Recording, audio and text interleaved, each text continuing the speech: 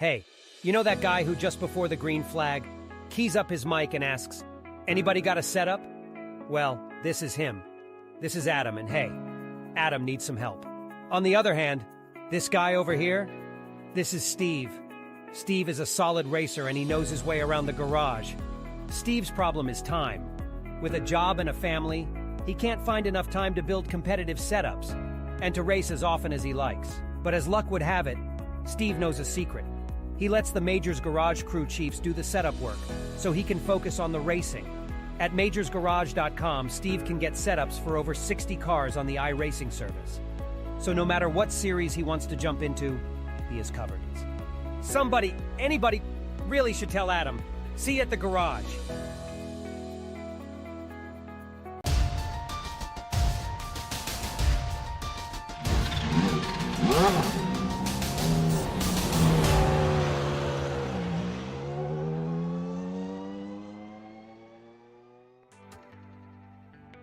Toss out some names such as Jenson Button, Joseph Newgarden, and Jan Magnussen, and you're already creating a who's who of modern racing legends. But what do they have in common? All have won an open-wheel classic that launched the careers of many. Today, we look to crown a virtual champion of the event as we get ready to watch the Majors Formula Ford Festival, and you'll see it all live here on the Global Sim Racing channel. Hi, I'm Joe Yadberg, and joining me in the booth today is Zach Sweeney. Behind the scenes is our director, Daniel Costello, and he's using cameras provided by Dougie Beard. Brands Hatch has been host to the real Formula Ford Festival since 1976. If you're unfamiliar, let's get a quick look at it with our track guide.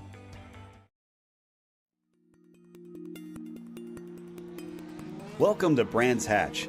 When popular British racing circuits get listed, this track just to the southeast of London often finds itself near the top. The extensive history of the venue has meant that many famous names in racing have ran laps here. But the stats make it sound deceptively simple, with the Grand Prix and Indy course having 9 and 6 turns respectively. Laps might be short, but they're also fast, and the corners are often a challenge to get right. As you'd expect, that means passing is quite difficult, with most drivers leaning towards sending one up the inside at Druids. You might occasionally see overtakes into the first corner, Paddock Hill Bend, but the blind apex and gigantic drop in elevation make that an errand for only the brave. Many of the corner names pay tribute to famous British drivers from the past decades, such as Hill, Surtees, Sterling, and Clark. In fact, the fame extends beyond the drivers, but to the cars as well, with this place seeing everything from Formula One to Formula Ford, touring cars, GT cars, motorcycles, and even rallycross. It's a gorgeously scenic venue where lush trees envelop the back half of the course, while the front half is mostly encapsulated inside a natural amphitheater. This makes it extremely popular with race fans who can see a majority of the circuit from many seating positions. With a great location near a major metropolitan hub, a spectator-friendly layout, and an experience that challenges drivers, you can see why this place remains abuzz with racing to this day.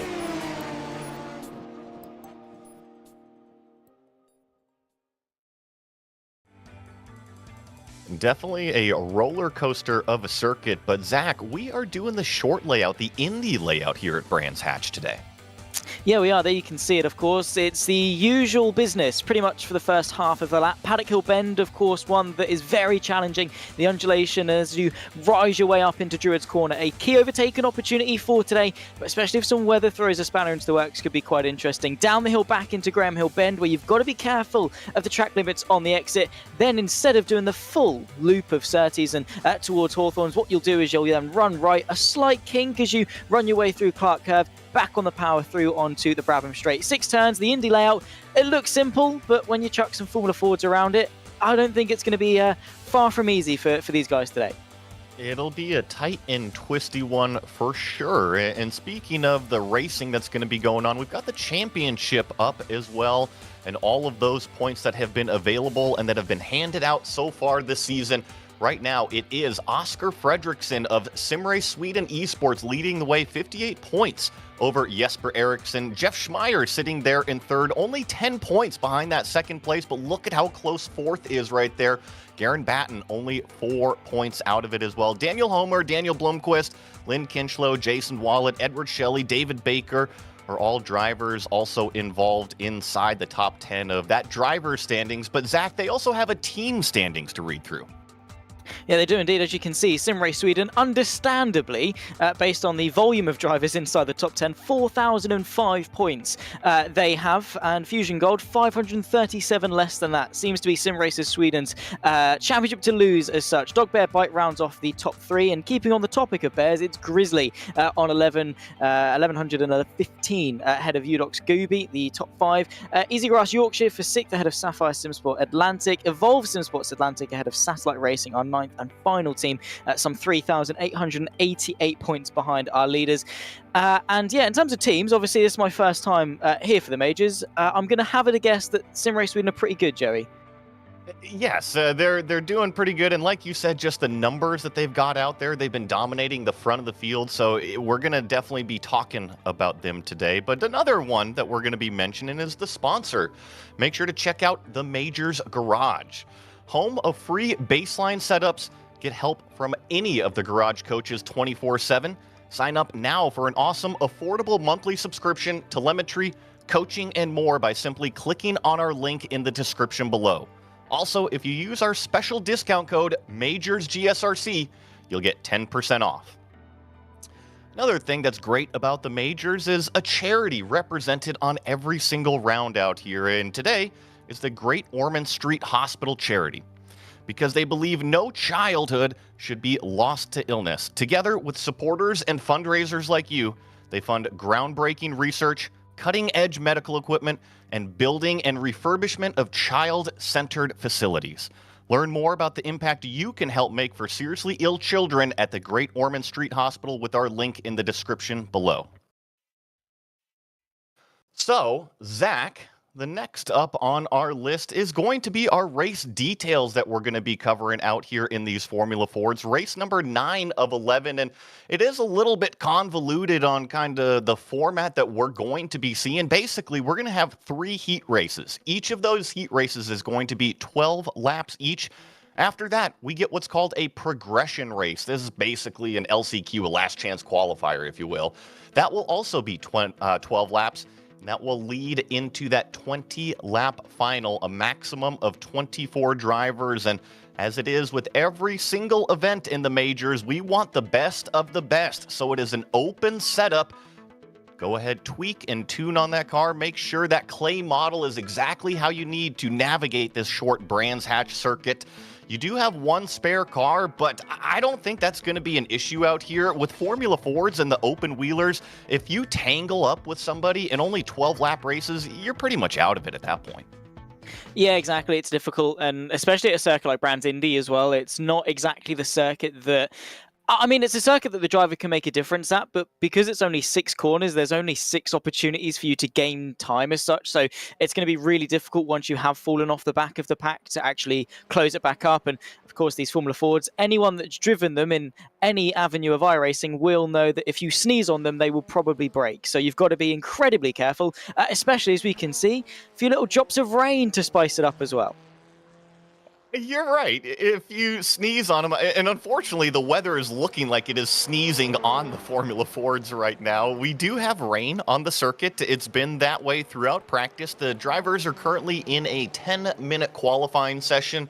And in this 10-minute session, they have up to 4 laps to put down their fastest lap time. And that'll basically be what sets the grid for those heat races as we watch Garen Batten go around. I don't know if you caught the scheme on this one, Zach. You see he's driving a Crayola car, it looks like.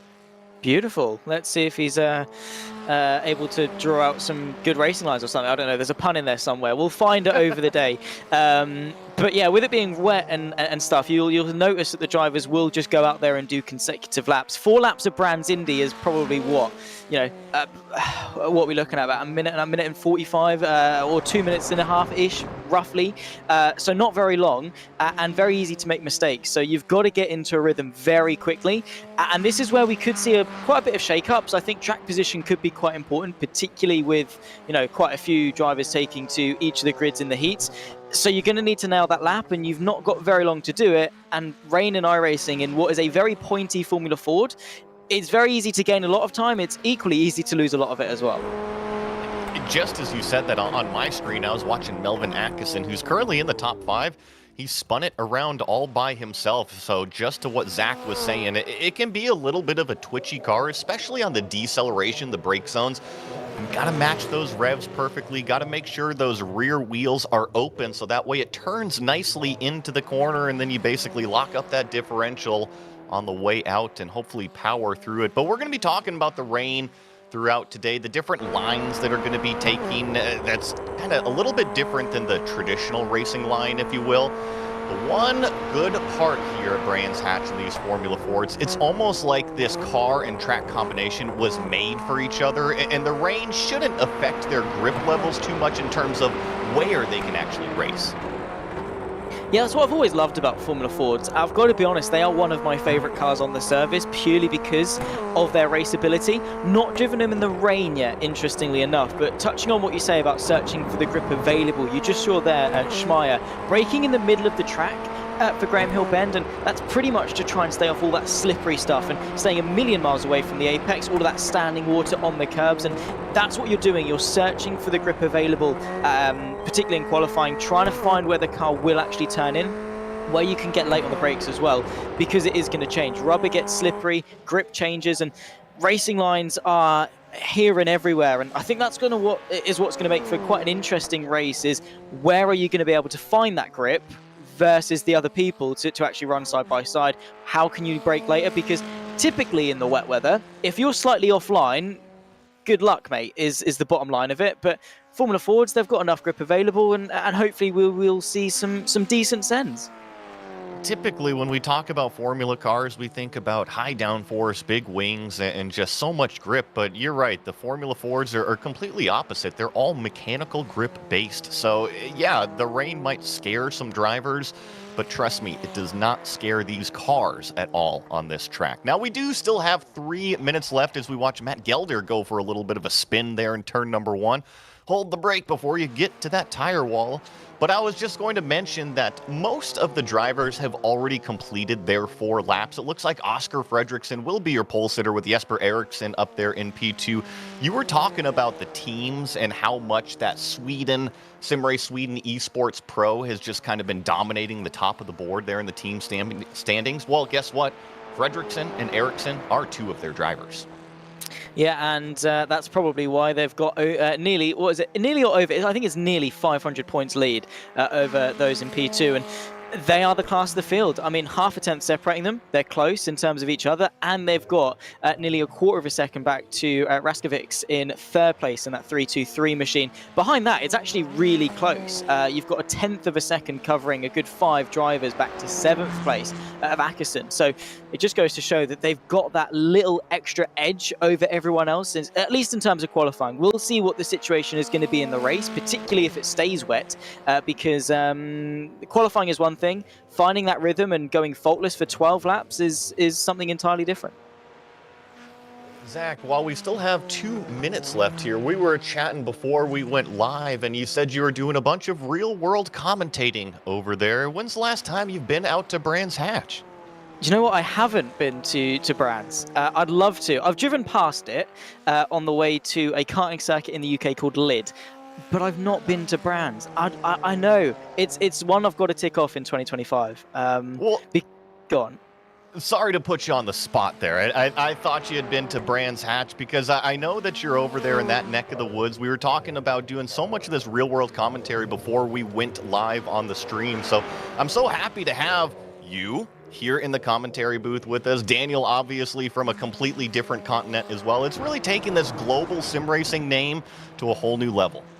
And that's the thing that's so good about SimRacing as such, is because you get to meet all these different people from loads of different places that you wouldn't have done otherwise. I mean, motorsport in general is good for that because it's got such an international stage, but just SimRacing makes it so easy. You grab all these different people and you take them to whatever car they want, at whatever track they want, at whatever time they want, and you can do it as much as you want. That's the fantastic thing about SimRacing, and hopefully Brands Hatch is going to be a good stage to show such international, hopefully, talent in the form of the majors.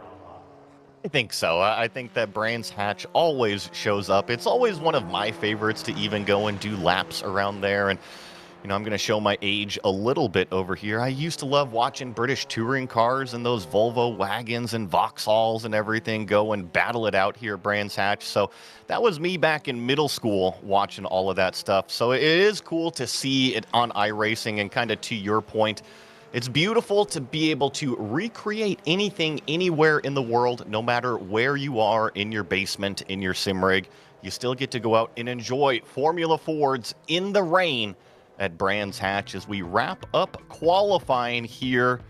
We will have your starting grid. Remember, we're going to have several heats that are going to be happening before we get to the progression race and then finally our feature race. So the first race is going to be 10 cars lined up.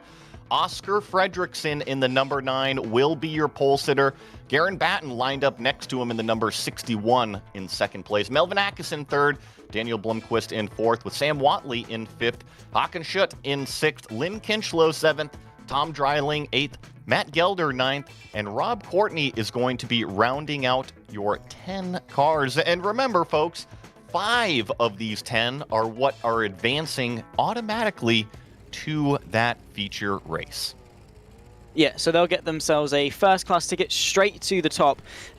But that progression race leaves a lot to be desired. Even if you don't make it through, there's a decent chance you'll make it through in the progression race. Can't get complacent, but, it's not impossible.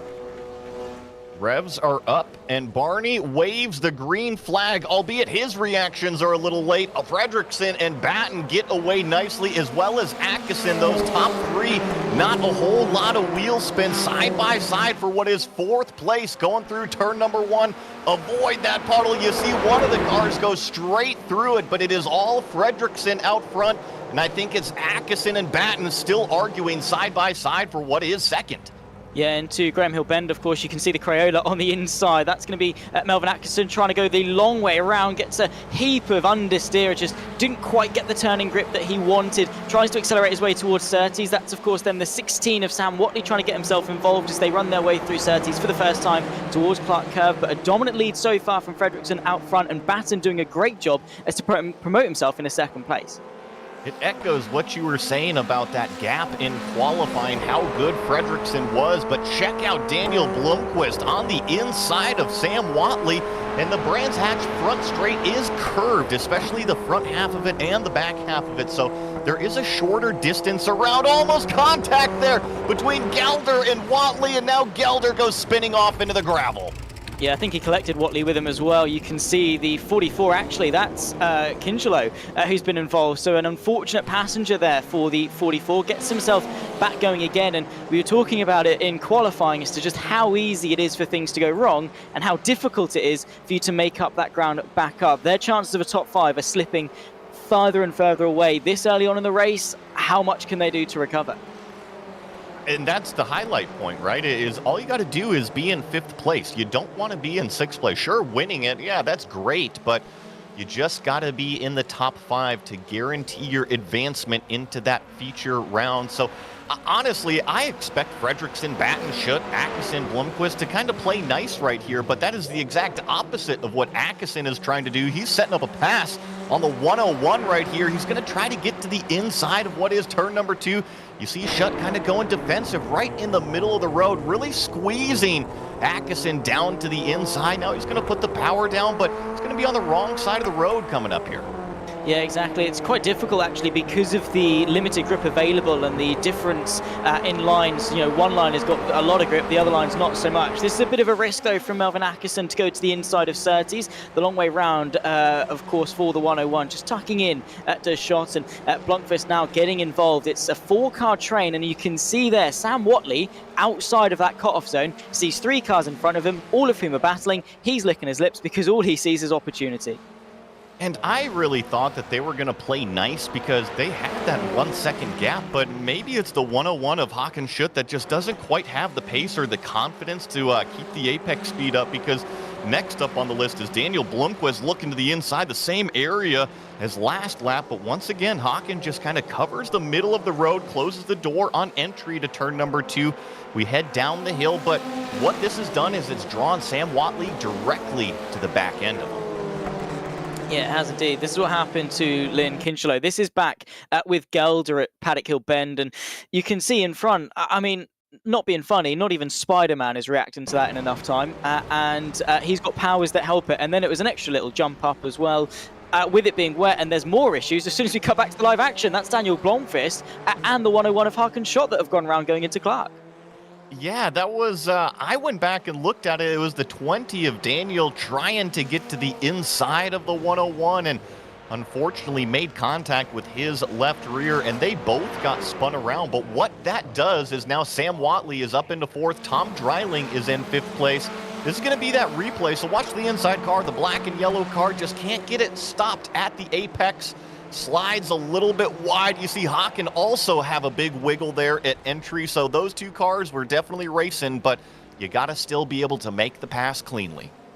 Yeah, just because it's wet weather doesn't mean there's, you know, an excuse to be lacking confidence or lacking conviction in terms of your overtakes. I mean, understandably, different drivers are going to take different lines in searching for that grip, but you've still got to be mindful of your space around you and the cars around you. Easy mistake to make, and you can take that into consideration with it being wet. If it was dry, would they have crashed? Probably not. But even then, you know, you're racing on a stage where you're competing for prizes and competing for championships. It's a clumsy mistake to make, one of which is going to see them with a ticket into the progression race, which isn't a guaranteed ticket, straight into the final, which at the moment our top 5, provided they keep it on the black stuff, are looking pretty safe to take. I think there's also 2 ways to kind of look at that progression race as Matt Gelder hits the pits here. I think he might have a little bit of damage, just be a little bit too far back to try to make it up into the top 5 there. But what I was going to mention is that some of these drivers that may not have all the confidence in the world in the rain, a little extra practice, an extra progression race, an LCQ race might actually do them a little bit good. Some more laps out there to kind of get the feel feel of it, especially if they're not comfortable. However, on the other side of the sword, if you advance in there, guess what? You can hop up out of your sim rig, you can go get a glass of water, you can get some food if you're a little bit hungry, and then just basically watch everybody else, analyze everybody else. Yeah, Garen Batten almost losing it there in turn number 1. Brands Hatch definitely has some fangs to it, doesn't it? Yeah, well held, to be fair, from Batten. It's easy to panic in that situation and sort of lose your cool and do any sort of rash inputs, which, of course, these cars sensitive enough in the dry, let alone in the wet. So did well just to keep the car under control, didn't, brake too hard or overwhelm the car, anything like that, and immediately trying to brush it off and go for the counter-attack, actually, on Melvin Ackerson, who is doing a good job as to, again, just thwart the attack. But right now, second or third, it doesn't matter. Either way, they're going through into the final, so that doesn't really seem to be too big of a concern. It's a risk that you carry with very little or absolutely no reward. I mean, maybe it boosts your track position or something ever so slightly, but even then, it's not a major thing to be losing out on one position. But there you can see a little bit further back, Shot trying to move his way into the top 5 versus Dreeling, and there we go. Quite close enough on that occasion for the 101, but 3 cars, only 1 ticket. And this is for what is a top 5. So now Hawkenschut moves into that transfer spot. So what I thought was going to be these 2 cars completely out of it is now the battle between Hawkenschut and Daniel Blomqvist. That's that black and yellow number 20, who's got an excellent run heading up to what is turn number 4 here. This is where they made contact last time, and you see Daniel back way out of it early, almost deja vu between the 2 of them. Thankfully, Blomqvist was able to get out of the gas before making contact this time. Yeah, just again, 2 different approaches to Surtees.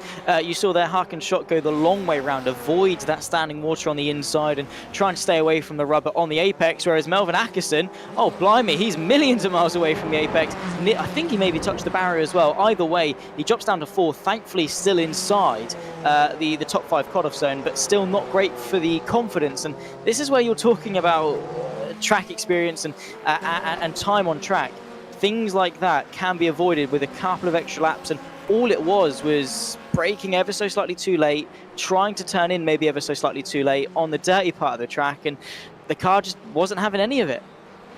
You nailed it. I just saw him maybe half a car width to the outside, and maybe just a little bit too fast, too deep into the corner, and just the way that corner is designed, the track falls away from you. It doesn't necessarily have negative camber, but it certainly feels like it has negative camber with the steep downhill there. So if you have any sort of loss of traction, gravity, physics, it's just going to continue that angle all the way into the gravel. That's why they've got that huge gravel section before reaching the tire barriers out there. But it is a very, very popular place to run off as we check back in on what is this battle for the transfer spot. Daniel Blomqvist is currently in 6th, about 9/10 of a second behind that number 101 of Hawkenschut. And then Tom Dreiling has actually closed it in. That's that white and call it day-glow yellow number 28 that we've got on your screen. So this trio of cars right here, even though there's only, call it, about 2.5 laps left, they're trying to get to that 5th place position.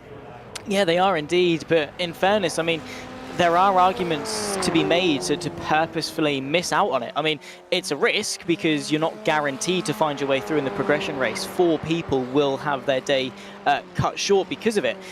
But if you're one of those top 9 that are able to get through, you're going into the final already fresh off the bat. That adrenaline is still there, that knowledge and rhythm is still there. You could well actually be better off in the final going to the progression race, but it's that calculated risk. Do you want to risk it, or do you just want to sit there, no headaches, and straight through into the final? 5 of our drivers are going to be getting their ticket to do that. Fredriksson, Batten, Watley and Ackerson pretty much have it signed, sealed and delivered as we head on to what will be the final lap in a couple of moments time.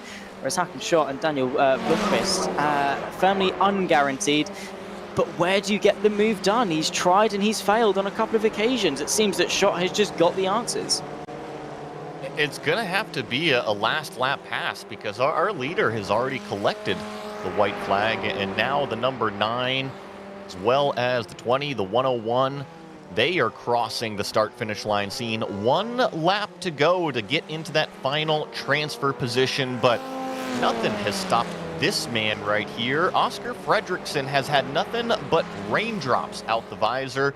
Didn't have to deal with anybody. Doesn't even have the mirrors turned on probably in this Formula Ford because he is 7 seconds out front right now. He's only got 2 more turns to navigate here at Brands Hatch, and he will collect the first victory. And I'm looking at that other screen.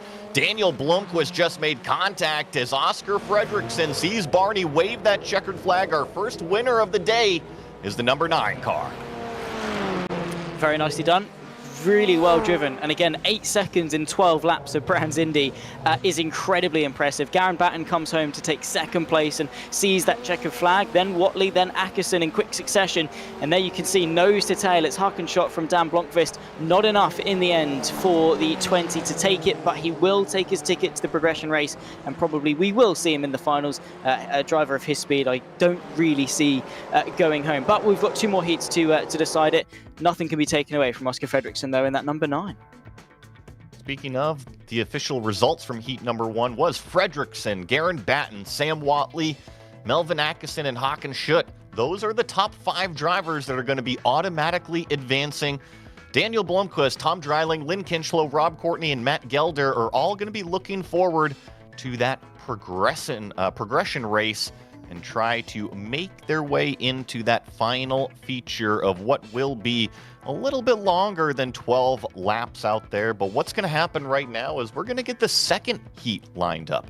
The pole sitter for that one is going to be Jesper Eriksson in the number 12 car. Daniel Homer lined up next to him in 2nd. Gary Thomas going to be starting in 3rd with Edward Shelley in 4th. Cedric Holbom in 5th. Jeff Schmeier 6th. Michael Hogg 7th. Ray Partridge 8th. Jason Wallet in 9th, and Jason McSparron in 10th. Those are the 10 Formula Fords that are going to be making up our heat number 2. Looking forward to the second race of the day.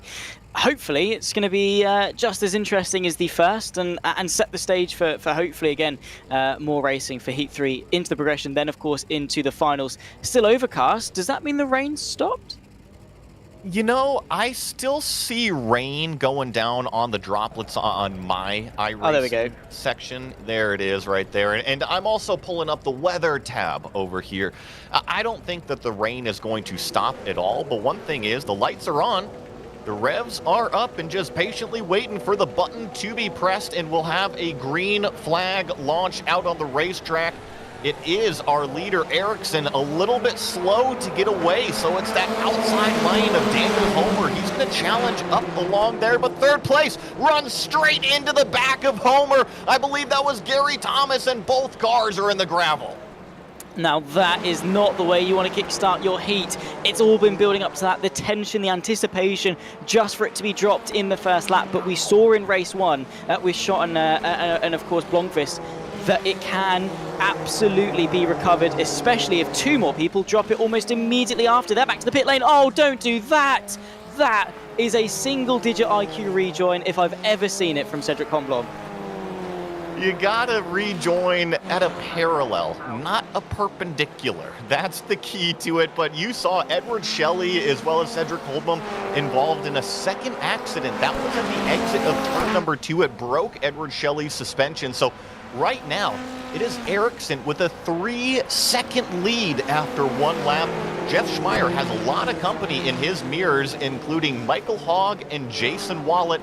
Ray Partridge is the car that is in 5th place. He's just kind of hanging on to the back right here, so he's trying to tag into this group. As long as he can, he's going to pull away from Daniel Homer in 6th place. Remember, that top 5 are the cars that are going to be transferring. Yeah, exactly. And in the wet weather, actually having that reference is so key. I mean, you can drive by yourself, but you've only got yourself to base yourself off. Whereas if you're sort of running with other people, you can see what they're doing, where the gains are, as you can see a swap position there from Wallet and Hogg, who drops back to 4th place, and it's the 658 that finds his way through. But you're seeing what they're doing, you're seeing where the grip is, where you gain, where they gain, and if you've got that in front of you, it makes it so much easier to find pace and find rhythm. And unfortunately for Homer, if he's dropping off the pack, then it's going to be ever harder for him to get involved. But the more this pack fights, the more likely he is to be closing in. Very aggressive on the way in from Wallet there. You can see they're taking several stabs at the steering wheel. In the end, it's going to be to his despair as a spin in the background. That's Partridge going around. Homer's through to 5th. Yeah, and he doesn't make contact with the barrier. Gary Thomas finds his way back up to 6th after having the early incident in turn number 1. Oh, man, it's just a little bit chaotic. There's another spin going down into turn number 3 downhill. I believe that was Daniel Homer, but thankfully everybody else behind him has already made a spin, so he's still in 5th place. He still has about 2.5 seconds back to Gary Thomas right here in this 6th place number 19 car. So things a little bit more spread out in heat number 2 here. Ericsson now has 5.5 seconds of a lead in front of Jeff Schmeier out front, who's got 2 seconds in front of Jason Wallet. Now, Michael Hogg is close to Jason Wallet, but as we've been talking about, oh my goodness, look at the yaw angle directly in front from Jason Wallet. That was the car that went way wide in turn 1 the lap prior. Doesn't look like he's learned from that mistake yet. Or it's just intentional. The fact that he's trying to get so much excessive rotation. I mean, style points are there. I've got to respect it. Game is the game at some stage. But at the end of the day, sometimes in the wet weather, contrast to what you'd sort of do in the dry, sometimes trying to force that oversteer, if you're able to hold the slip angle, can actually help you, because obviously in the wet you're very susceptible to the understeer and you've got to get the rotation somehow, and you can sort of get away with a slight slide more so than you would in sort of the dry weather where you do just scrub the tyres. It is doable. There you can see Jesper Eriksson making an absolute mistake of Paddock Hill Bend. I thought he was going to show us a master at work and hold the slide through, but in the end it was not meant to be. Don't think it's going to harm him too badly, considering he's got 5 seconds back to Schmeier. And Wallet did the same thing again, so he's 3 for 3 in turn number 1, almost making it to the gravel. But I was actually pretty impressed by Ericsson's save right there. Yeah, he didn't keep the yaw angle, call it the drift, the slide all the way through turn 1, but he pulled a true Formula Car sim racer move. He saw that slide coming. Did you see him stand both feet in, lock up those brakes? And what that did, that prevented those front tires from rolling at all. And actually, Jeff Schmeier, the number 30 car, has fallen all the way back from 2nd place to what is 5th place now. Gary Thomas is going to get around him, so I'll get back to my point on that save, but Jeff Schmeier, who was in a transfer position, now finds himself out of it as Gary Thomas gets by. Yeah, Schmeier's got to be careful here. This is a cut-off point, still got half the race to go. But that is suboptimal to say the least, and just goes to show that you can get complacent in racing. This is how it happened. Coming out of Graham Hill into Surtees, we've seen incidents here before, and what is it that causes it? Just a little bit too... curb. Front left touching the curb, over-rotates the rear, and around he goes. That could cost him a seat to the finals. Just those little itty-bitty mistakes can force a car go spinning around as...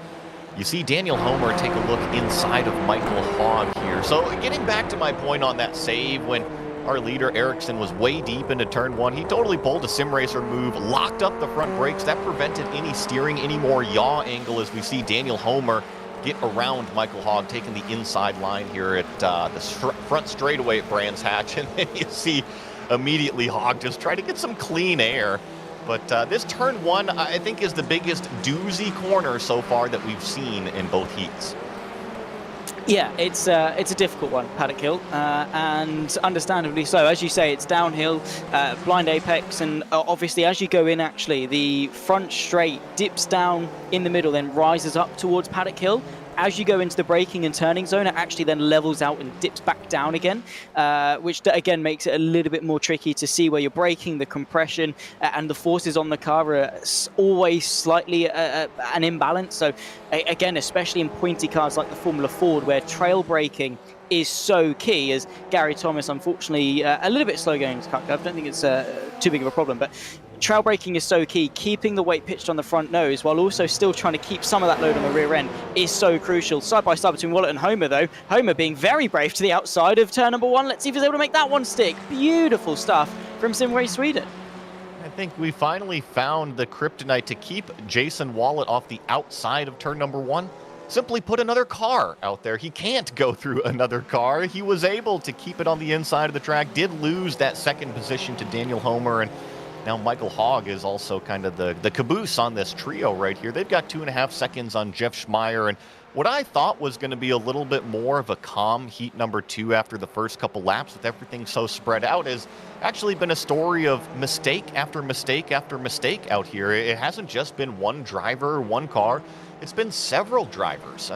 We've seen that Gary Thomas has made a couple mistakes. Jeff Schmeier has made a couple mistakes. Even our leader, Ericsson, made that mistake into turn number 1. So we talk about rain all day long here. Those mistakes are going to be abundant. Sometimes you just have to reel it in that little bit. Drive at 9.5 tenths rather than 10 tenths. Yeah, exactly. I mean, to an extent, that's understandable, but you could also make an argument for don't change what you're doing, because if you have to consciously adapt your driving, you open the door for mistakes to happen. I know plenty of drivers that actually prefer to push when being consistent, because if they have to tell themselves to slow down, they're doing something that's kind of unfamiliar to them, and it opens the door to a few mistakes. Obviously, in the wet weather, is better to be sort of safe than sorry as such, but sometimes there is an argument to be made to just go flat out and you know, see what happens, find the grip, find the pace. But where you've got a top 5 cutoff, you can't really afford to be making those mistakes, which you can see the spray and the rain getting ever so slightly worse as we progress through this race as well. That's going to be something that's quite apparent as Cedric Coblom finds his way past Ray Partridge, who unfortunately has made another mistake. We saw him spin at turn number 1 as well earlier on in the day, so he's down in 8th.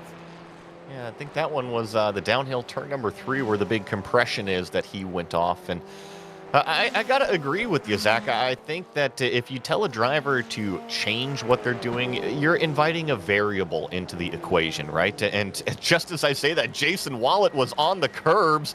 That was a new variable on the rear tires. He's going to fall from 3rd, now down to 5th. He's still got about 4 seconds back to Gary Thomas right here. So I think that Jason Wallet was able to skirt death a little bit there, stays in 5th place in that transfer spot. And I was getting ready to say, if you introduce a variable, it's just asking for a bad time out there as a driver. However, in sim racing, you also don't have the entire team usually. You don't have a spotter, you don't have a crew chief, and being able to have that voice on the shoulder to show you exactly what the big picture is, it can kind of induce some of that. As we watch Jason Wallet, he just got up high on that exit curb, got some wheel spin, and around it went. So it's tough being only the driver, the crew chief, the spotter, handling everything and seeing the big picture while still making the decisions in the race car. Yeah, exactly, and it is tough. Sim racers have to do pretty much everything as Jesper Eriksson begins his final tour of Heat 2 before we'll see him later on in the final 15 seconds. So, of course, it was his teammate Fredriksson that was able to do it by sort of 12 in Heat 1. That has been extended in race number 2 from Eriksson. 15 seconds in a 12-lap race around a 53-second lap is remarkable pace, just showcasing how talented these sim racer Sweden drivers are. And he's made a couple of mistakes along the way, but for the most part, it has just been faultless, clean driving from, well, lights out. He's on top of the car. He understands the car. So, yeah, if he makes the mistakes, he's literally on top of it and able to correct whatever happens underneath that number 12. And he's proven it here. He's already up to 15.5 seconds.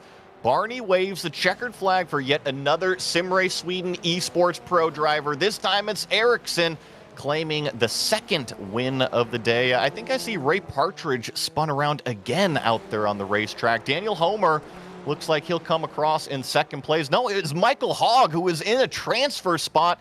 He's in 4th. Now he's going to give up 5th. Where's Gary Thomas? Can he get going? Gary Thomas spins it himself, trying to get on the gas to that last transfer spot. It all slips through the fingers. So Schmeier 3rd, Wallet 4th, and Hogg finishing in that transfer spot. What a dramatic finish. Gary Thomas getting a little bit excited, let's put it that way, into Clark. Saw an opportunity, unfortunately pushed a bit too hard, but you can't blame him for trying, I suppose. It's better to try and fail than to not try at all. I can't agree more with you as we see the official results of Heat 2. Eriksson, Homer, Schmeier, Wallet, and Hogg, those are the top 5 that are advancing. Unfortunately for Gary Thomas, one too many mistakes puts him in 6th place. He'll have to look forward to that LCQ. Holbom, Shelley, Partridge, and McSparren will also meet him there as we have heat number 3, already taking the grid out here. It's going to be Lucas Raskovich in our pole position. Tom Guest in second place, Jeff Cardamone in third, Soren Gerrits in fourth, Mike Golightly in fifth, Travis Henderson sixth, Wolf Dietrichotto in seventh, Ernie Ludwig in eighth, and 9 cars here is Mark Redeker. We already have the revs up on the racetrack, so we're going to get a green flag here momentarily. There it is from Barney. And a relatively slow start from the outside lane of Tom Guest. That's that green car, so that's going to allow Cardamone up the inside. Can he keep it tucked nice to the apex there?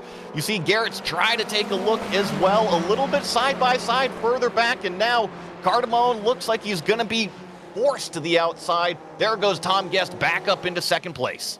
Yeah, side by side in the background as well. I think that could well be the battle for 5th place. It is. It's Henderson versus Golightly. Of course, this is the cutoff point. The number 1 machine trying to go the long way around. Golightly then slightly on the back foot as they approach in towards Surtees Bend for the first time. And it is going to have to be Travis Henderson that concedes on that occasion. But nice to see the punchy straight out of the gate, side by side for what is second place as well. The 14 of Tom Guest. He's very much making himself at home up there in second place, side by side with a 15, gets the drag as well as we approach Paddock Hill Bend for the second time this race. Cardamone drove the car off, and now he's being ultra aggressive. He wants the inside of turn 1. Is this going to end in tears? He's in way too deep. Into the gravel goes Cardamone. You could have seen that from a mile away, just how aggressive he was down the front straightaway. There was nothing that was going to stop him from trying to take that inside line, and now he's going to be able to get the power down, but it's tough. He almost feels like he's getting swamped right now. Yeah, it will do indeed, but I've got to be honest, it's very impressive that he's been able to keep that speed up, and he actually rejoined the circuit with quite a bit of momentum, so he's going to be having to shake that off very quickly, get himself back into the rhythm. But looking to the outside is Henderson. There's contact as he tries to pitch his way into Clark Curve. Jeff Cardamone is round. Potentially his chances of the top 5 go with it. That is him out of contention. Mike Golightly then sees the opportunity to try and seize 4th place.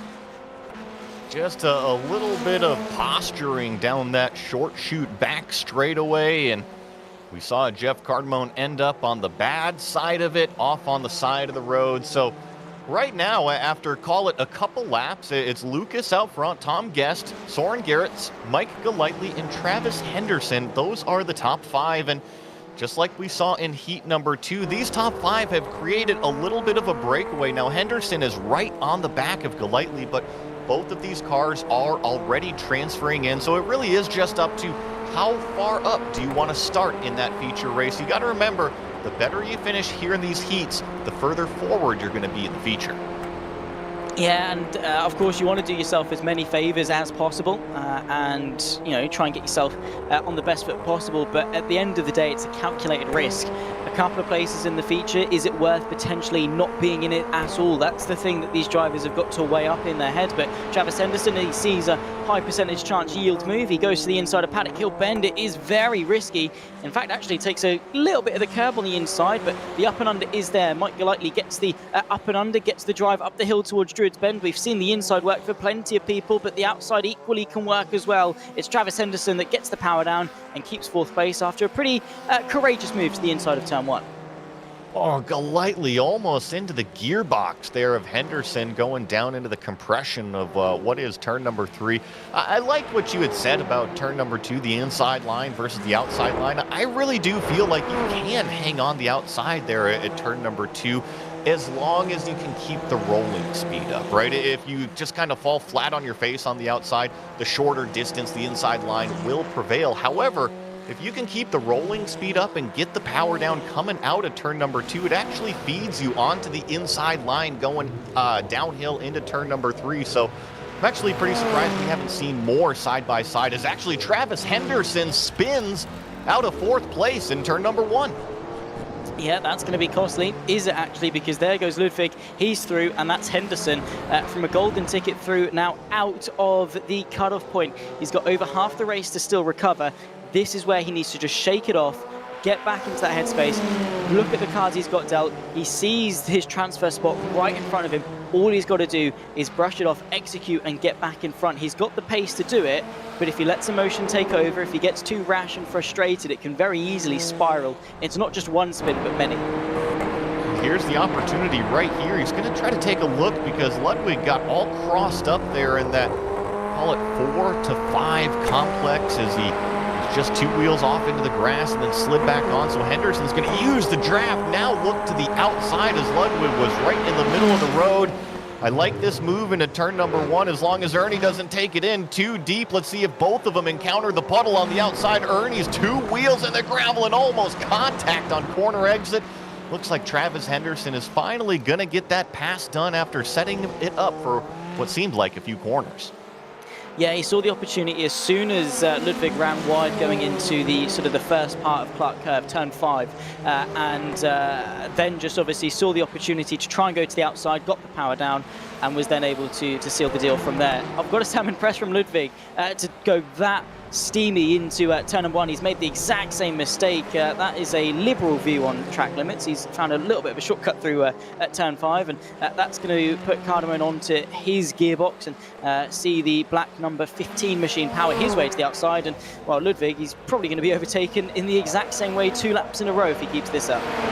Just got to be careful if you're Cardamone on the outside there, but he clears them nicely in the brake zone, so no worries at all for that black 15, except for the track limits as he kind of flirts with them out there. We're going to get a GSRC replay of exactly how this Ludwig and Henderson pass went down. You see Ernie just slide way wide, put 2 wheels in the gravel, but thankfully, the gravel might even have more grip than the dirty rain racetrack right now. Was able to bring it back out on the racetrack. So great save there from the number 26 of Ernie Ludwig as our leader. Lucas Raskovich currently 1.6 seconds ahead of Tom Guest. Not nearly the gap that we've seen from the previous 2 heats.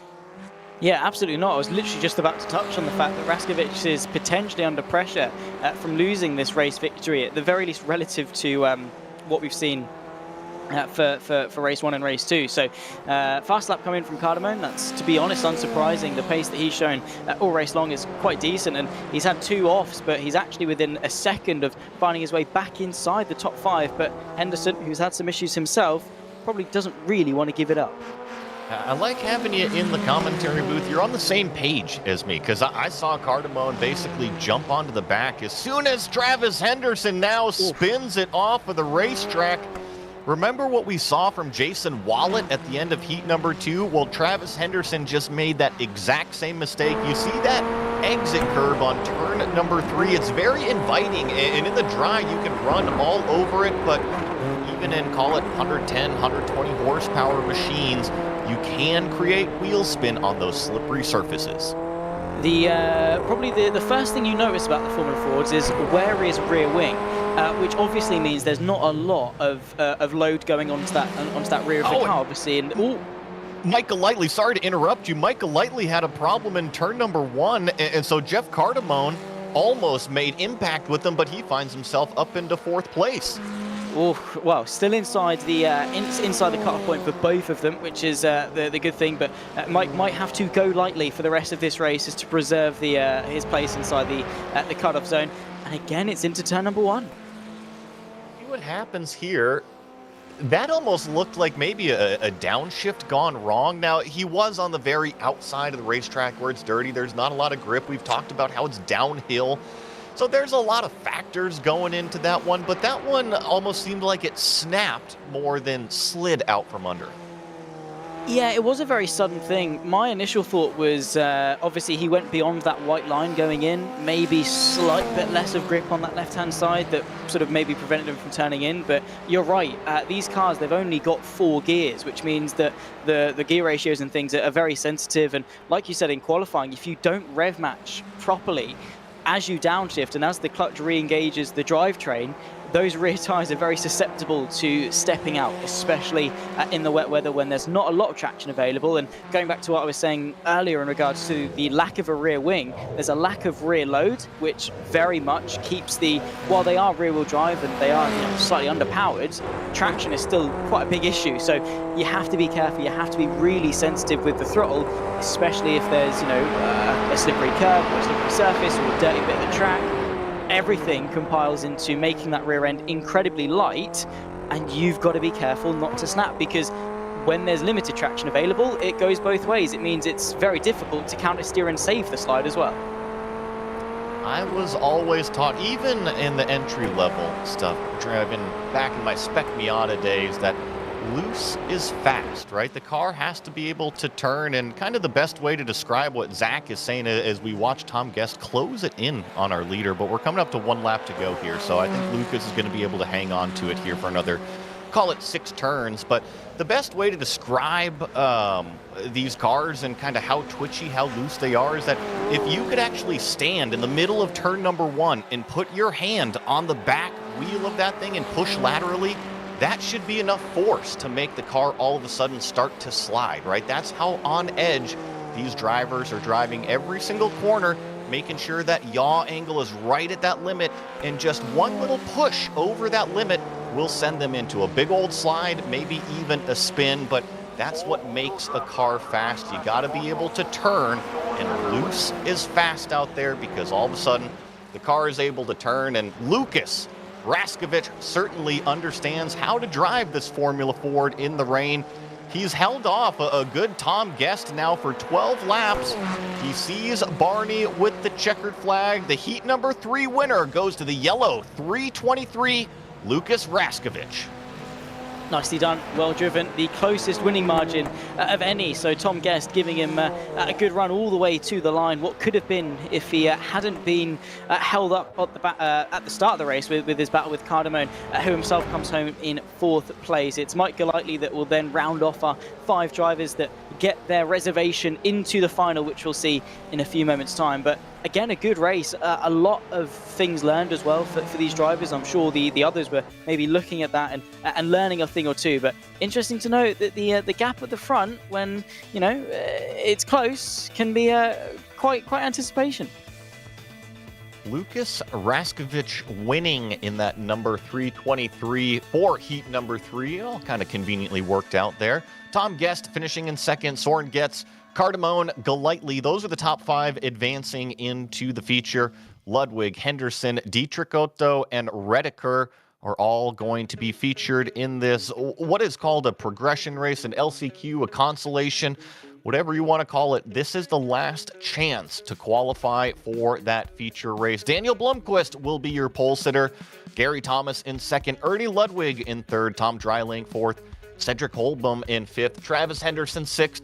Lynn Kinchlow 7th. Edward Shelley 8th. Wolf Dietrich Otto in 9th. Rob Courtney in 10th. And then a few more across the page here.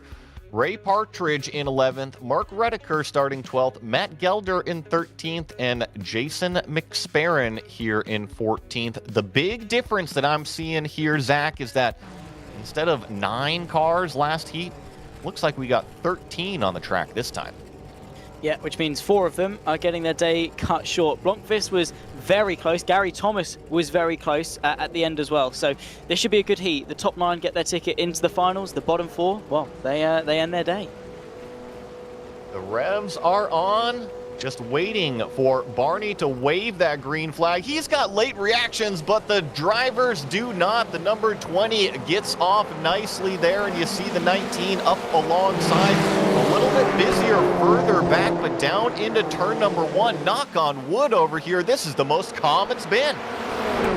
Has indeed, touch wood as we ascend into turn number 2. Let's see if there's going to be any shenanigans. Of course, the top 9 are the ones that go through, so the bottom 4 are the ones that are going to be sort of trying to push their way through inside that top 9. Through into Graham Hill Bend for the first time. It's going to be Blomqvist from Thomas, from Holbom, Kinchlow, and Travis Henderson, our top 5. And, well, they're pretty safe, provided they keep it on the grey stuff. Still 12 laps. It won't be until we get to the final that 20 find their way way 20 laps that we find into the final. There is, of course, the number 1 of Travis Henderson, arguably could have a seat into the finals, but making his way into the pit lane. Yeah, and you know, I'm looking through the administration side of things over here on the tabs on the consolation race.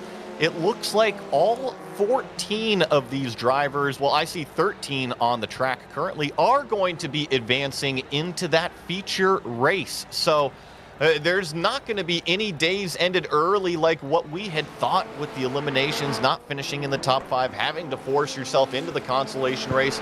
Looks like, to your point, we were making that practice is going to be beneficial for these drivers. Especially considering some of them were actually off the initial cutoff. Well, it wasn't a cutoff point at this point. It was just who doesn't do this race, I suppose. I don't know. Regardless, they were close in their respective races for the best part. Mark Gelder, unfortunately, having a small issue. But considering this is a no-stakes race, make the mistakes, right? Find the limit, push hard, try it now, so that when you try it in the feature race, you know what's going to work. I love that idea. I talk about breaking out the pen and the notepad all the time, right? So if you got an idea, to your point, try it. Is it going to work? Okay, well, yeah, it works. Can you push it a little bit further in the brake zone? Can I go to the outside here to kind of present my car in an odd way in the mirror of the car in front of me, just to put that little bit of pressure on? So I love that idea. Yeah, go out, try what you can, because there really is no harm in this race other than maybe losing a little bit of that track position on your starting grid, which, given that there's going to be a lot of cars out there in the future, is definitely worth something. Yeah, exactly. And sort of where I work, we do a lot of stuff after school clubs with kids and things. And basically, I'm trying to get them up to speed with how to drive as such. And when we were doing car control last week and throttle control, the first thing I said to them was, for the first 5 minutes of this session, ignore everything I've just told you about car control and throttle control. Go and ignore me, find out what happens, and then you'll very quickly realize you don't want to do it again. Learn those lessons for yourself. Gather that experience as Travis Henderson tries the experience of the outside of turn number 1. No way through for him on that occasion. Edward Shelley as well in 8th place. There's Cedric Holblom having some issues. Now, this does have an effect. It won't be that sees him out of the day, but it will hamper his grid position for the final race. So there is kind of some stakes to this if you want to be competitive in the final. But at the end of the day, they're all going to be there anyway. And with the wet weather, you never know what's going to happen. Sometimes it's actually beneficial to start further back. And to your point, practice is practice out there. I think that laps are laps. You've got to be able to execute an entire race. And I do like going out there and basically trying to advance yourself as far forward as you can in learning, right? Everything is a learning session. So the more you learn here on this, call it, we're not even going to call it a last chance qualifier anymore. We're just going to call it a qualifying race for these top 13, because how these drivers finish is Edward Shelley looks like he had contact 3 cars turned around where Edward Shelley is on the racetrack. I believe that this was all 5th, 6th, 7th as we get more cars backing up onto the racetrack. But hey, we didn't see any too terrible rejoins there. No, I have no comment on that one. It's fine. I'm not scared to call it out, but no, they were good. And that's exactly what you want to see. You've spun, sit, press F3, look on your black box, see where the other cars are, and make your way back onto the track safely and predictably. The last thing that you want is to be moving and add extra variables into the equation. Just brake, be still. The other drivers can avoid you if they need to. Travis Henderson is making light work of climbing his way back through the field as he tries to move his way through on Matt Gelder, but the outside line doesn't quite work through Paddock Hill, but gets the up and under as Gelder runs wide. Henderson goes through, and again, it's gathering data, it's gathering experience. What happened into turn number 2? This is what caused it. See, Shelley up the inside. Yeah, just a little bit of contact between the inside 2. The number 29 really had nowhere to go after they had spun. So, yeah, and now, second tap, maybe a little third, like a wave of the hand. Hey, can you put it in gear? Get out of the way. And there goes the 2 cars of Henderson, and I believe Holbohm, that just kind of split those 2 parked perpendicular in the middle of the track. So nice job avoidance of that second group trying to get through as Gary Thomas. I'm looking at Gary Thomas this race because his heat race was just filled with off tracks and what ifs. I do think that he has plenty of speed and capability, but we've been talking, this last chance qualifier is an opportunity for more practice. I think that this driver, given his speed, should get the more practice, because if he's able to keep it consistent, he might have a fantastic feature. Exactly. Of course, I presume these guys are going to be making up the latter half of the field. So those that qualified from the heats will be making up the top half of the field, the 15 that we saw go through. So effectively, Blomqvist is going to be starting from 16th place. But you do have you have an extra 8 laps in the feature, plenty of time to go and do something, particularly if you're a driver that's been, negotiating your way through these pack races. This is where I'm going to find it interesting when we see the likes of Fredriksson and, of course, Ericsson fighting in the heats, because they haven't had to do it all evening. They've been running out in front. They don't really have experience of how to overtake. Everyone else in behind has had to battle for their respective positions. That's where I think we could open a jar of worms that could be quite spicy at the front, particularly between the two teammates. We haven't even talked about something else that, I mean, they won by, 12 seconds and 15 seconds respectively in their heat. So if they have that same type of pace, and if this field is kind of in a bounce house trampoline park, which they have been kind of on and off the track all day long, those leaders, they're going to have to navigate through lap traffic. Remember, it's not just 12 laps in that feature race. It is a 20-lap feature race. So lap traffic is going to probably be something our leaders will deal with. Exactly. It's a short circuit with, what we're going to have 29 cars taking to the grid. So it's going to get busy, especially if there are spinners and mistakes, which you can pretty much bet your bottom dollar there will be. And as a leader, particularly if you're fighting at the front and it's very close, you're going to have to negotiate it. Going offline slightly, maybe to negotiate traffic, being a little bit patient, maybe being slightly more aggressive. It will be a very big variable that will throw a very interesting spanner into the works and could very much change the tide of the race as such. We've seen some issues for other people further down. This is Rob Courtney. Turn 1, that's going round. That's not being held. Oh, no, that's a tandem. Beautiful. I love it. I was just going to say that. Yeah, just a tandem spin in turn number 1. Do they both save it? They both save it. That was great to see. Usually you'll at least have one of them get a half spin or something, but both of them just with a huge, big old slide through turn number 1 and saving it before spinning it around. And looking at the screen right now, it is Daniel Blomqvist, your leader. Gary Thomas sitting in 2nd place, Lynn Kinchlow in 3rd place. And just to let everybody know, this is, call it the progression race, the last chance qualifier. So the top 13 here, the finishing 13, will set up the back half of the grid in the feature. And just as we heard Zach say a few moments ago, that everybody who made it in on the top 5 of those 3 heats will basically make up the front of the grid. That's how everything will be set. But once this next lap and a half is complete, we're going to have a very, very busy Brands Hatch. Oh, I think so. Can't wait actually for the final. I mean, this whole thing has just been a long qualifying session, as our broadcast director Daniel Costello most eloquently put it. It is effectively what it is. The heat set the top 15, this sets the bottom 14, and should open the door for what is going to be a fairly scintillating race. Daniel Blomqvist, though, will get his ticket. He's 2 seconds clear of Thomas for 2nd place, the 20 from the 19 respectively. One more tour of this Brands Hatch Indy circuit to go, and it'll be interesting to see how quickly he ascends through the fields, if he ascends at all going into that feature race, because again, we've been talking about that experience and that rhythm and finding what works and what doesn't. I expect him to maybe carve his way through a good couple of places off the first lap if he's able to avoid what we'd expect to be maybe the inevitable carnage through, if not turn 1, definitely turn 2.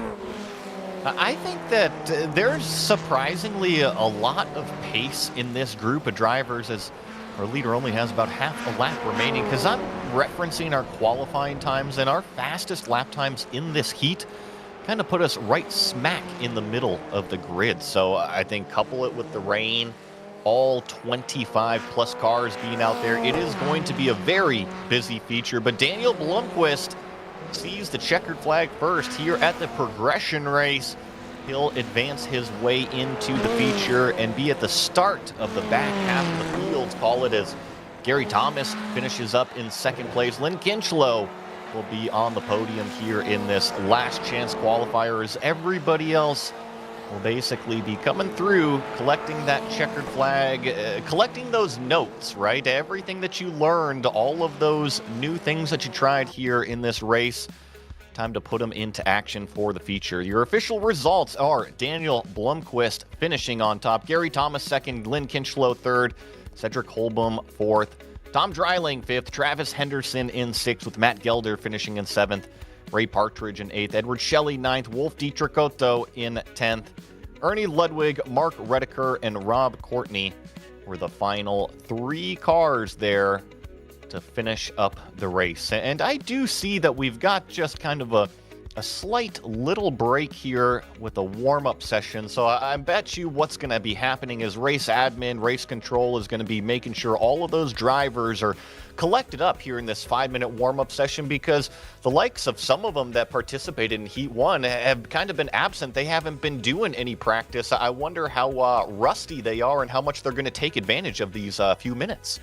Yeah, typically when it comes to warm-ups, my stance is you don't really use them to warm up. In actual sense, you use them to cool down before a race, because usually it's sort of in between qualifying and a race, right? Which, to be fair, after the last chance qualifier, this is essentially what it is. But what are you going to learn from a warm-up session 5 minutes before a race? Probably not much. If you've done the practice, there's not much that you can learn or change, but you can definitely sort of take some time away from the rig and breathe and reset going into the race. For the people that have just done the consolation race, I assume that probably could be the case. For those that haven't done for those that were in the heats, they've taken that breakaway, they have reset. This is now their chance, particularly a circuit as short as Brands Indy, where you probably could get 2, 3, maybe 4 laps in before the session resets into the race. Those are 2, 3, 4 laps that you can, again, just remind yourself, the muscle memory, get yourself back into that groove, find where the grip is. If it's not to learn something new, it's more to remind yourself of what's already been learned. And that's something they're going to take, hopefully, going to use a luxury they're going to take advantage of. About 3.5 minutes here in the warm-up remaining, and I actually see, call it 95% of the cars out there on the racetrack. So taking advantage of, I think the majority of them that are out there on the racetrack are those drivers that have been kind of sitting out of the sim rig for a little while. And then, like you heard Zach saying, I do feel like, yeah, the drivers that have just been in heat number 3 and then immediately gone into the progression race and then immediately find themselves here in warm-up, they might be taking a little bit of a break, getting a glass of water, taking that mental reset, if you will. So, and a little bit of mock racing going on here in warm-up too. I love to see it. These are some of the front 3 that we didn't get to see the last, call it 15 minutes here, Zach, and they're kind of battling it out, having fun, testing that racing that everybody else got to do. Yeah, we haven't really seen a front fight either for the best part of this evening. It's all either been a runaway, as was the case for Fredriksson and Ericsson, or sort of a second and a half, 2-second gap like we saw in Heat 3 and the last chance qualifier. So nice to see what could be some cars very close on pace at the front. And like we say, getting that experience, finding where the lines are, finding where the grip is, not just going to help them race each other, but also potentially negotiate their way through some lap traffic. And also, actually, to an extent, trying to get used to driving in the spray. Totally, right? We've been talking about the rain and how slippery it is, but the spray is going to be a major factor. Let's think if you're back there in 15th or 17th or something, think about how dirty the racetrack is going to be. Think about when these leaders catch that lap traffic that we talked about, and all of a sudden that clean visor goes completely away because you got not only 1, but 2, 3, 4, 5 cars in front of you. Just introduces all new variables a lot on the racetrack. So these drivers are going to have to figure it out rather quickly. And I think the likes of Ericsson, Atkinson, Fredriksson, Batten out there, they're trying to learn as much as they can as quickly as possible right now. Precisely, a minute left of qualifying, and just looking at the condition of the track, actually, the spray doesn't look too bad. There's a little bit of rain still, obviously drizzling as such, but it definitely feels like a much different circuit to the one that we saw over the heats and the consolation race. So that adaptability is going to be interesting, and I've got to be honest, to an extent, if this continues into the race, I think this is going to benefit the drivers that haven't got as much track experience, because they're going into this kind of with a fresh slate. Those that have just come off the back of really poor conditions are going to drive as if it's poor conditions and expect that, and it's going to maybe take them a couple of laps to warm into it. Those from the heat probably just going to see this as nicer conditions and maybe push a little bit more. So again, the rain and weather changeability could throw some intrigue into this race. Will it be slicks by the end of the race? We'll find out.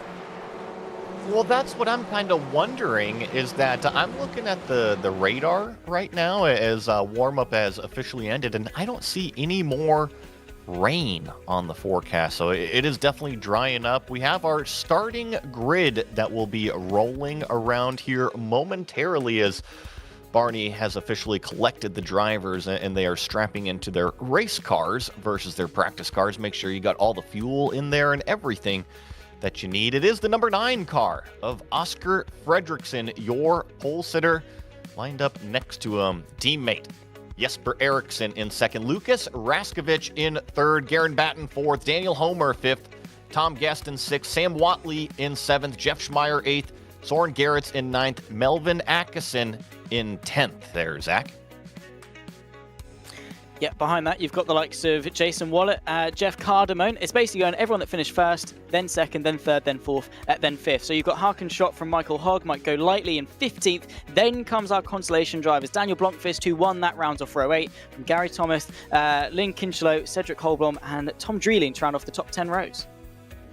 And in 21st, we got Travis Henderson, Matt Gelder next to him with Ray Partridge in 23rd. Edward Shelley starting 24th with Ernie Ludwig in 25th. Mark Redeker 26th. Wolf Dietrich Otto in 27th. Rob Courtney is going to round out the 28 cars. And look at what we've got when we transferred sessions.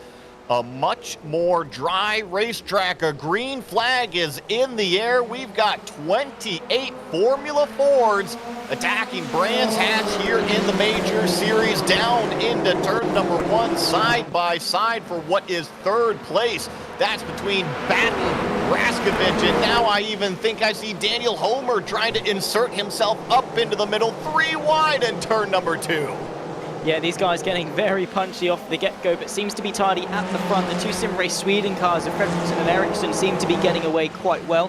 Then the 61 of Batten. Lucas Raskovic, though, making some light work and trying to carve his way through after losing that position off the start, trying to prevent himself from losing any more. Still a little bit drizzly in terms of the standing water still on the circuit. There's a look potentially from Daniel Holmer to move his way up in the fourth. But yeah, some good progress. They're nose to tail as they exit the first corner. We get 19 more to go before the end of the race.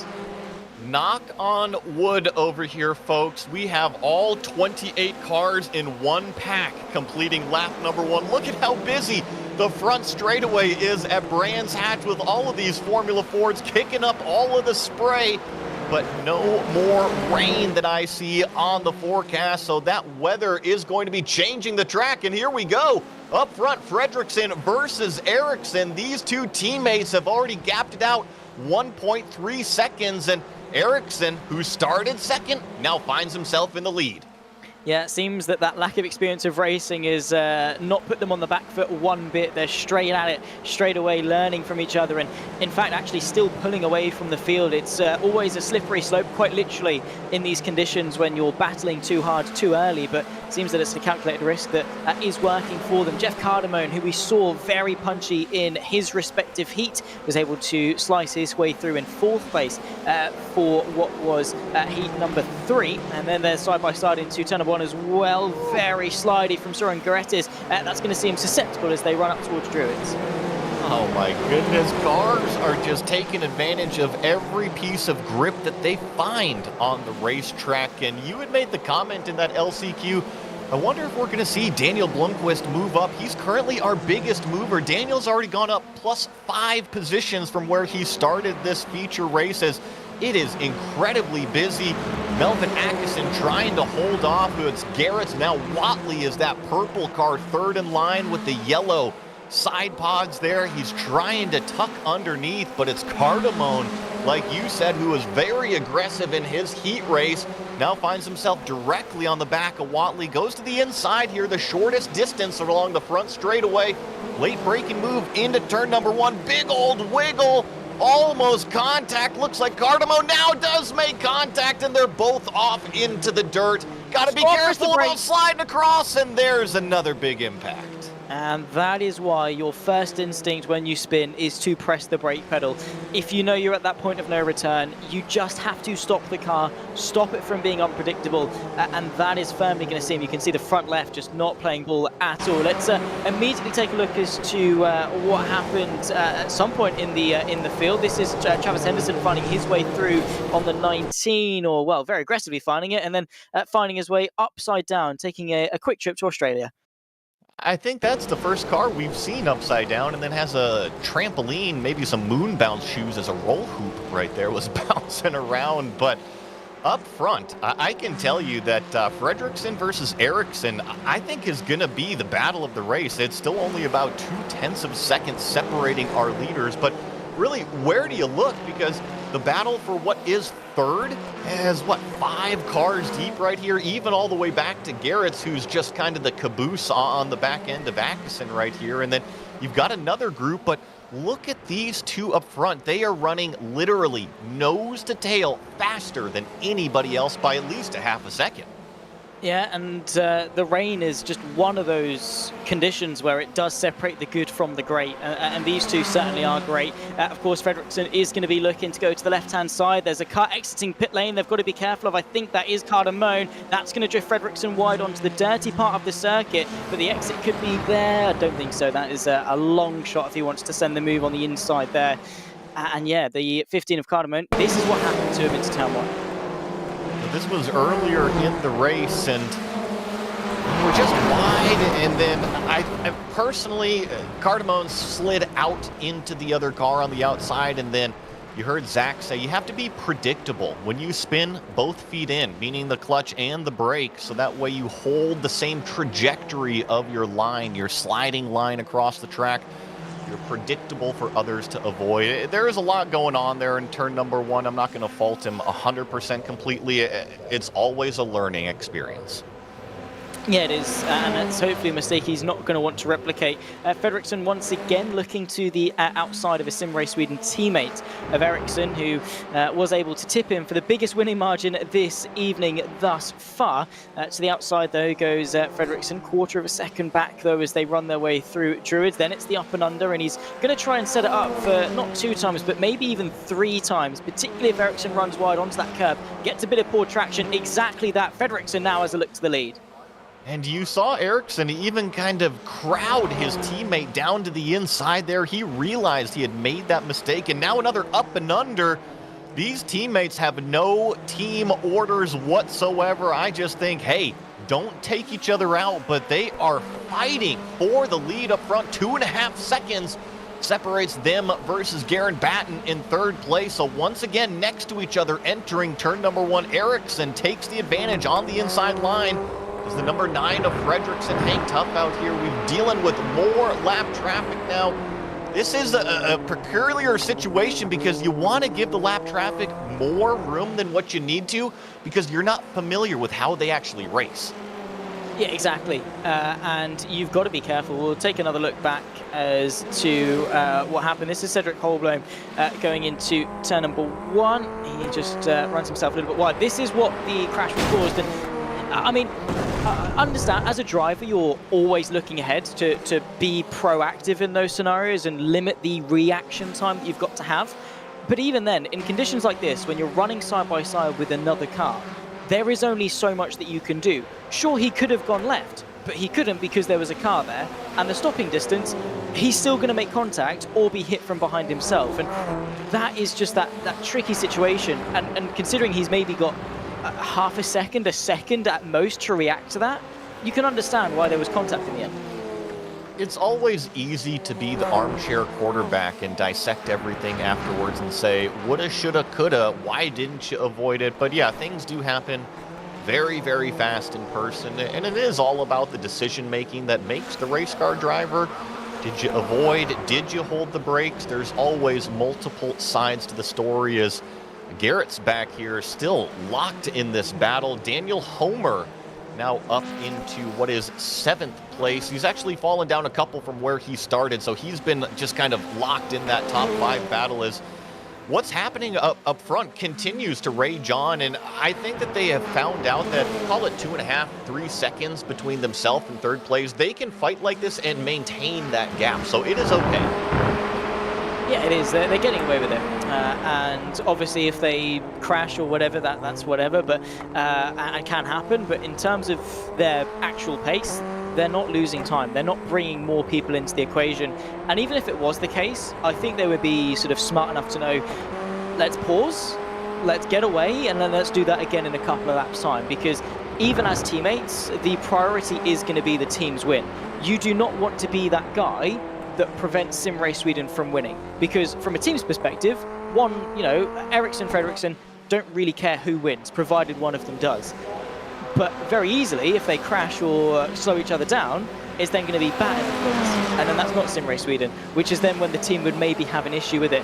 Fight, but give each other just an extra car's width or an extra little bit of room, especially in conditions like this. When it's inter-team battles like this one between Ackerson and Tom Guest, fair game, do what you like, take as many risks as you like, just don't be silly. Kind of to your point as well, because I pulled up the points over here on my screen, and we've been talking about SimRace Sweden esports and just how fast they've been up front. Yeah, they are up front in the points championship, but Jeff Schmeier is the driver that is sitting in 3rd in that points championship. And he's buried all the way back into 10th place. So Garen Batten is actually outscoring Jeff Schmeier right now. It's going to be a little bit of damage control, I would say, for Jeff. Garen is taking advantage of the points, and I think as long as Fredriksson and Ericsson see both of those drivers in their rear view or below them on the black box, they say, okay, yeah, we can battle. To your point, you don't want to take each other out. You want to make sure one of the two at least wins. Hopefully you finish with a 1-2. That is the ultimate goal, but in terms of the big picture in the championship, they're also doing the right thing, extending the gap. Yeah, exactly. Side by side once again into Clark Curve. It's the 12 on the inside. That's Ericsson once again defending for the lead, but the rotation and the agility is there actually from Oscar Fredriksson to get that power down as we ascend our way onto the pitch straight, dip back down again ever so slightly before once again at the bottom of that hill ascending back up to then come back down again. Brands Hatch is such a roller coaster, and that's why it's a favourite here in the UK as they run their way once again uphill towards Druids. Ericsson just positioning the car exactly where it needs to be, and there's not really much the number 9 can do because there's no mistake to capitalise on. Remember how we said the weather was changing and how it's definitely drying up? But now we're not seeing a quote-unquote dry line form yet, although here on this little short shoot straightaway, oh my goodness, we're going to deal with lap cars just out of the way there in turn number 4, so thank goodness for that. But I think the biggest difference area that I see out here, Zach, check out that puddle at the exit of turn number 1. It's non-existent anymore, and the lap times that our front 2 are doing are much faster than what they qualified at. Yeah, exactly. We were running pretty much, I think, in the 52s, 53s for the best parts of the heats, and straight away we're down to the 50.3s. And track position and track condition, of course, are going to be two big things in this. So you'll constantly see different drivers from different parts of the grid find grip. They'll find maybe an extra 10th or 2 in one corner and then use that, and then that straightaway lap time that they've been able to gain. So it's constantly changing lap on lap, even to an extent corner by corner. Especially these two are going to have to be the ones to pioneer and find it first. Outside line for Ericsson as he struggles to keep it on the track. Fredriksson trying to go to the outside of Clark Curve once more, does have a bit more of a leg up this time, gets the power down. Once again, it's a drag race towards turn number 1, but you have to commend this valiant defense from Jesper Ericsson. What I think is kind of crazy, though, is that Fredriksson got to the start-finish line first that lap. So he would have led that lap. Let's say if the checkered flag came out, he would have been declared the race winner. Now, on the other side, I also really like what Fredrickson was doing in defense after turn number 3 to turn number 4 here. He was just hanging out on the right side of the road, and you say, well, it's slippery out there. With the drying conditions, the more you can dry that outside line, the stronger your run is going to be into that turn 5 corner, which should secure the win, as we see Daniel Blomqvist, who I was speaking so highly about earlier, goes for a spin and actually high centers the car. Yeah, he's beached. Basically, rear-wheel drive, which means if the rear wheels aren't touching the track, no amount of revving is going to get you there. There's no resistance. There's nothing to bite. There's nothing to get traction from. So, yeah, doing a very poor Tony Hawk impression, I'm afraid, grinding on the curb. Raskovich, I think, has fallen down maybe 1 or 2 positions. Looks like Melvin Atkinson has gotten by him here this previous lap or 2. That number 21, definitely one of our biggest movers. He started in 10th, and now he finds himself in 4th place. And only call it 3/4 of a second and a handful of laps behind Garen Batten. So keep an eye on that white and blue number 21 directly in front of us. See if he can kind of steal away a podium at the end of this thing, as Daniel Homer maybe falls another position. No, this is him holding steady here. Soren and Daniel have kind of been locked in this battle for a few laps now. Yeah, they have. There have been no to tell, which is, of course, great to see. Fast lap just come in from the number 12 with Jesper Eriksson fighting at the front. And there's the outside line from Daniel Holmer. A little bit of uncertainty and into the gravel. Well held, though, it must be said. But you could see there was a slight twitch, turned maybe a bit too early. Nearly found the left-hand side tyres of Gerritis, and that unfortunately did unsettle the car ever so slightly, enough for him to drop back 2 seconds. Back to the fight at the front, though. More lap traffic to deal with, and to be fair, still no major dramas between the 2 teammates. Thought they were going to get into maybe a little bit of a bigger pack, but it looks like the next 3 that they're going to come up to are relatively equal distant apart here. So it's 2 packs going on right now. This fight for the front that we've been watching between Eriksson and Fredrickson, and then definitely the fight for what is the final podium position between Batten, Atkinson, and Raskovich. Include Tom Guest in that one as well, because that green number 14 has joined the party as well. So a couple names I just want to give a mention to. Edward Shelley has done a fantastic job. He's up 13 positions into 11th. Another big mover way back there, Ray Partridge, up 9 positions into 14th. So I know we've been watching the front of the field, but lots of drivers having good races. Yeah, exactly. And it's easy to focus at the front, and obviously that's what we're doing. It's a big battle between teammates as such. They're doing a brilliant job. But the fact that we're seeing battles up and down the field in conditions as tricky as this is remarkable. I have to say that is an awesome helmet from Daniel Holmer. It's almost as if he is driving as if he has been possessed by a symbiote, but a nice drift nonetheless, and hopefully he's going to be fighting back with a venomous punch. Got the claws out in the gravel to dig him out, right? Oh, exactly. Yeah. So this is that battle I was mentioning, the second group, okay? So Garen Batten is that lead yellow Crayola car. And then we've got Atkinson in the white and blue 21 and Raskovich in that Dayglow yellow. Tom Guest is the 4th car in line. And we're going to be coming up to 1 lap to go as the leaders are taking that white flag from Barney. So I'm going to keep my eye up front here, because this is where it all counts. Down to the final lap. Is it going to be turn number 2? Is it going to be the turn 4-5 complex? And now the 12 car of Eriksson slides to the inside of turn number 2. Can he complete the pass here? Yes, it looks like he's clear. Yeah, for now, though, of course, it's going to be heartbreak for Fredrickson if he's not able to get this one done. But Eriksson has put up a valiant defense through turn number 3 for the final time. There's a fight for 3rd place as well. Atkinson tries to bat off Batten as the 2-2 battle. Then comes Raskovich as well, trying to find his way in a 4th through the final couple of corners, though. Is there anything that the number 9 can do? What a wonderful move from Atkinson. Oh my goodness, the leaders just avoided a lapped car pulling off of the track. I don't think the draft is going to be that big for the number 9. Jesper Eriksson sees the checkered flag. He will be your winner in the Formula Fords here in the Major Series at Brands Hatch. And it looks like, am I seeing this right here? Oh, Melvin Atkinson did steal away that third place finish. Looks like timing and scoring just took a minute to update. Yeah, it did. It was very close all the way to the end. Ericsson by 6 thousandths of a second from Fredriksson. That is remarkable. Atkinson was able to fend off Batten, who himself was able to fend off Rakovic. He had Tom Guest in the mix as well. So 3 cars, 1 podium. What a race it was, though. All of that build-up, and we weren't disappointed.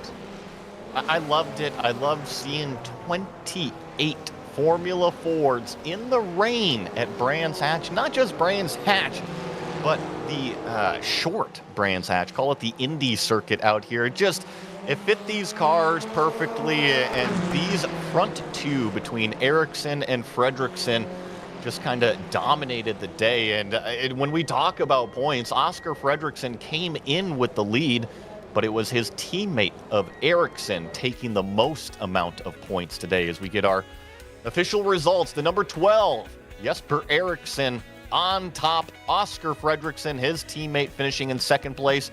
Melvin Atkinson with a terrific run here in the feature, up 7 positions to stand on the podium at the end of it all in third place. Garen Batten with a solid points day in fourth. Lucas Raskovic in fifth. Tom Guest sixth. Soren Gerrits in seventh. Daniel Homer eighth. Jeff Schmeier, who did move up a couple positions there to finish in ninth. Decent points day for that top 3 championship contender. And Edward Shelley in 10th.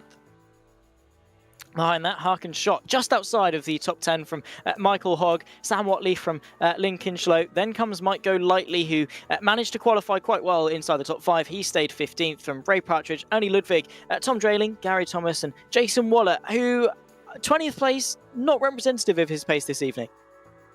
No, definitely had a few little issues out there, and he was definitely much faster than 20th. And then across the page here, 21st, Daniel Blomqvist, the first of the cars, 1 lap down. Actually, he was the only car 1 lap down. Travis Henderson was 2 laps down. Matt Gelder finishing in 23rd. Mark Redeker a few laps down there in 24th. And then unfortunately for Hoto, Holbom, Courtney, Cardamone, and McSparron, they did not reach the checkered flag here today. It was awesome seeing the 28 Formula Fords here, and I think that we've got an interview lined up with our winner already, Jesper Ericsson. Congratulations on the win in the Formula Fords. Oh man, thank you so much. That was probably one of the most enjoyable races I had in a long time. Thank you, boys. So you just kind of answered my question with how excited you are. With a battle, it's either, kind of come to neck and neck, fist and fist, or you're smiling throughout it. It sounds like you had a blast. Oh man, both me and Oscar, were just laughing and smiling all throughout the race. We just said, whatever happened, just don't take each other out. And there was one point where Garen kind of closed in, and he was like, I'm gonna go back 2 laps, and then we start fighting again. And it was such a blast. I enjoyed every moment of it. Just a little bit disappointed that it had to come down to a car that spun, which didn't allow Oscar to get the run he wanted. Otherwise, he would have probably gotten the win. But man, that was so fun, so fun. I got to ask you, did you have, let's say, if you were in second place later on in that lead lap, did you have a move that was on the back half of the track to try to win it? Yeah, of course. In the last corner, if you get a decent run on the car in front, you're pretty much in front by the line. So just slipstream and get a run, I guess. I guess my last question for you, obviously you two are kind of dominating the team's points, also up front in the drivers' points as well. What did you think of the combination of the rain with the Formula Ford and this short circuit? Did you like this format? Oh, of course, yeah. This was perfect, and with the addition of the rain, it was just so much more fun. These cars are so much fun to drive, and they're really easy to drive too. So with the rain, they just became kind of a nightmare in some of the corners because Brands Hatch it's an odd place for puddles, you can say, out of T1 and in the middle of turn 3. So it's a lot of odd lines. And when the dry line comes in, you just have to switch your brain and say, whatever line you took before, never do that again. I think that this interview is picture perfect for why a format like this and this car and track combination is so great. It shows how much fun you had out there. Is there anybody you want to give a shout out to? First of all, a big shout out to Oscar for racing so fairly and being so nice about it. And I'm for sure gonna buy him a drink. And then just all of the teammates, Melvin, Holmer, Cedric, Bluman in this race. Just we had such a blast. And congrats to Melvin too for finishing P3. So 1, 2, 3. It's a really good result for all of us, and we're super happy about it. So all of the team, SimRacing Sweden, all of the sponsors to the team, just everyone, it's so much fun. Well, that was your winner today. Starting in second, but claiming the checkered flag, the driver of the number 12, Jesper Eriksson. And I believe that Zach has actually caught up with our second place runner, Oscar Fredriksson, who's going to be joining us. Yeah, indeed. So the teammate to the race winner, Oscar, just talk us through the sort of the emotions of that race. Wasn't quite the win, but I'm sure you're both still very happy with the journey that happened during the race. Oh yeah, that was such a blast, and to battle a teammate like that, we were basically side by side every lap for the entire feature. So that was lots of fun. Happy with P2. What are the challenges then, particularly of this car in these conditions? I mean, how do you have to drive it maybe differently to how you would in the dry? It's obviously a bit of a different line, just avoiding the puddles and staying off the traditional racing line, you would say. And it was also, once you were behind the car in front kind of cleared the water a bit for you. So once you were behind, you had such much more grip than the car in front. Which made for that really great battle with Jesper, and it was such a blast, so much fun. In the end, it was 6/600ths of a second that separated you from victory. Looking back in hindsight, was there anything that you think you could have maybe done different to snatch the win? Yeah, definitely. You had, if you got a good run out of the final corner, you should kind of be clear. Going into turn 1, had a few laps where I was in front going into braking there, but just couldn't hold the inside long enough to keep him from getting me back in turn 2 then. But you also got a really good slipstream, and there was a car spinning at the exit of the final corner on the final lap. I was kind of lining up a good run on him, maybe snatching the win at the line, but backed off a little bit because of the car spinning, because I didn't know if we were gonna be too wide or whatever and not have enough room. So that was a bit of a shame, but yeah, still very happy with P2 and very happy for Jesper. It was such a good fight. Well, thank you very much for taking the time to come and have a chat with us. What a fantastic evening it was for you, a race win in the heat, and then, of course, a battle with your teammate all the way to the end. Are there any shout-outs or thank yous you want to give to the wide world on YouTube? Yeah, of course, a big thank you to everyone in the team. We worked so good together in SimRacing Sweden, and of course, an extra shout-out to Jesper for that very respectful and fun battle, and congrats to Melvin as well for finishing up a full SimRacing Sweden podium. Well, thank you very much for coming and have a chat with us, Oscar, and best of luck for the next time we see you out on track. Thank you. Well, that was our top 2 finishers. And Zach, I got to ask you, this was your first major series event, and I really do think that this one was a banger. What did you think about it? It was all right. Not too bad. In all seriousness, no, it was awesome. I mean, straight from the get-go, we had plenty of racing to talk about. It was broken up quite nicely into the heats and the consolation race, into sort of building up the suspense and the tension to leave us sort of suspended in anticipation for the final. Couple that with fantastic cars, fantastic drivers, a fantastic venue with shaken up conditions, and you're always going to have a recipe for a great event, a great evening of racing, and these guys definitely cooked. I want to say a big thank you to the Majors Garage and also the charity represented today. That was Great Ormond Street Hospital Charity. Simply click on the link here and you can donate it, as well as that Majors Garage, Majors GSRC, to get 10% off on that promo code. That's going to do it for us here today. Thanks to the team today: Zach, Daniel, and Dougie. Make sure to check out our social media, website, and merchandise store. And don't forget to subscribe to our YouTube channel as well so you don't miss a moment here on GSRC. The next race for the majors is Pocono/Auto Club. Oh my goodness, that is going to be an exciting one. Sunday, October 20th. And be sure to check out all of the other broadcasts listed here. Until next time, race clean and race hard. We'll see you on the track. Hey, you know that guy who just before the green flag keys up his mic and asks, "Anybody got a setup?" Well, this is him. This is Adam, and hey, Adam needs some help. On the other hand, this guy over here, this is Steve. Steve is a solid racer and he knows his way around the garage.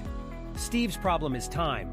With a job and a family, he can't find enough time to build competitive setups and to race as often as he likes. But as luck would have it, Steve knows a secret.